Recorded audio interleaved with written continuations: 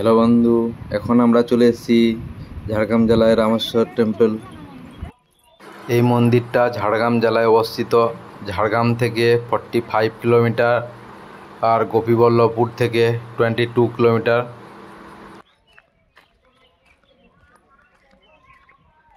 আমরা এখন মন্দিরে পুজো দিতে চলে এসেছি। বহু প্রাচীন টেম্পল এবং এই টেম্পলটা অনেক অনেক মুখেই জানা যায় যে প্রায় 500 থেকে 600 বছরের প্রাচীন এই টেম্পল। এবং সেই স্থানে রাম সীতা মা সীতা ওখানে থাকতেন বনবাসকালে। আর সেই মুহূর্তে এখানে এই সামনেই রয়েছে সুবর্ণরেখা নদী। ঠিক মন্দিরটা রয়েছে, মন্দিরটা ঠিক পিছনের দিকে সুবর্ণরেখা নদী। এবং সেই নদীর উনি একবার এসেছিলেন, তো সেই আসার সময় এই স্থানে উনি দ্বাদশ শিবলিঙ্গ তৈরি করেছিলেন। দ্বাদশ বালি দিয়ে, এই সুবর্ণরেখার বালি নিয়ে এসে এই যে গর্ভগৃহ যেটা রয়েছে সামনেই, এই গর্ভগৃহের কাছেই উনি 12টা বালির শিবলিঙ্গ তৈরি করে এখানে পূজা করেছিলেন।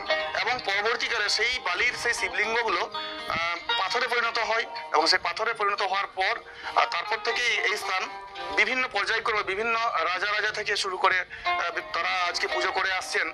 এবং তার মধ্যে একটা রয়েছে কি, যেটা হচ্ছে মারাঠা সময়কালীন যে বর্গিরা একটা সময় আমাদের এই পশ্চিমবঙ্গ দখল করেছিল এবং পশ্চিমবঙ্গে অন্যায় অত্যাচার করত। তো তাদের একটা ঘাঁটি ছিল এই রামেশ্বরে। ঠিক এই স্থানেই ছিল তাদের ঘাঁটিটা, কারণ এটা ছিল একটা উঁচু স্থান।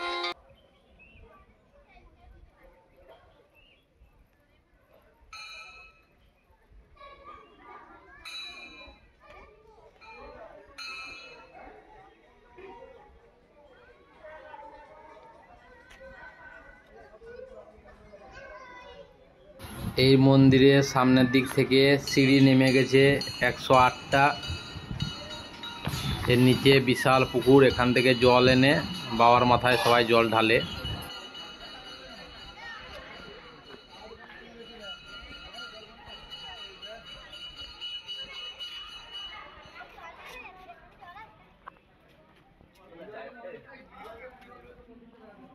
মনস্কামনা পূর্ণ হলে সবাই এগুলো এখানে দান করে যায়।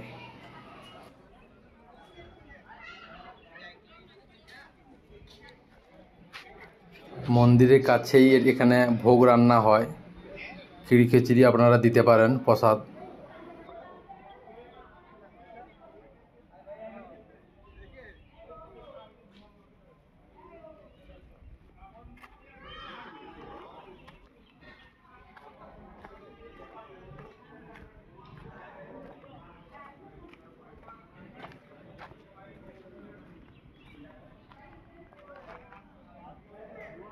এখন দেখছেন সেই পুরনো কাঁঠাল গাছ এখনো এই মন্দিরের কাছে এই অবস্থায় আছে।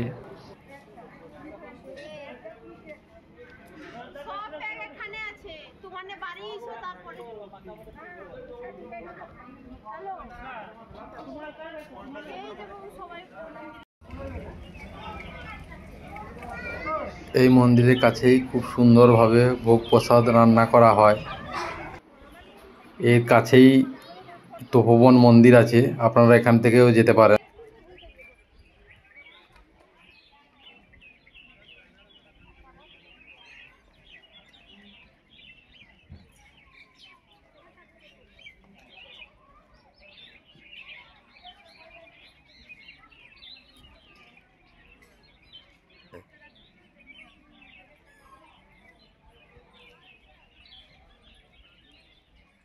মন্দিরের কাছেই ডালার ব্যবস্থা আছে, আপনারা এখান থেকেই নিয়ে আপনারা পুজো দিতে পারেন। খুব সুন্দর একটা বিশ্রামাগার আছে আর পানীয় জলের ব্যবস্থাও আছে। আর ওই সাইডে দেখতে পাচ্ছেন অতিথি নিবাস, এখানে থাকতে পারেন আপনারা রাত্রে।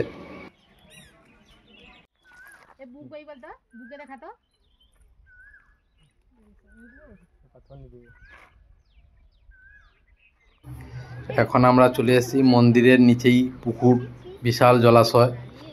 এখান থেকে জল নিয়ে সবাই বাবার মাথায় জল ঢালে।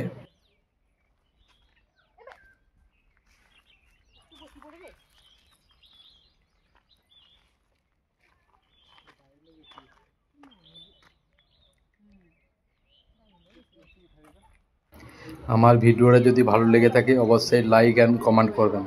Thank you.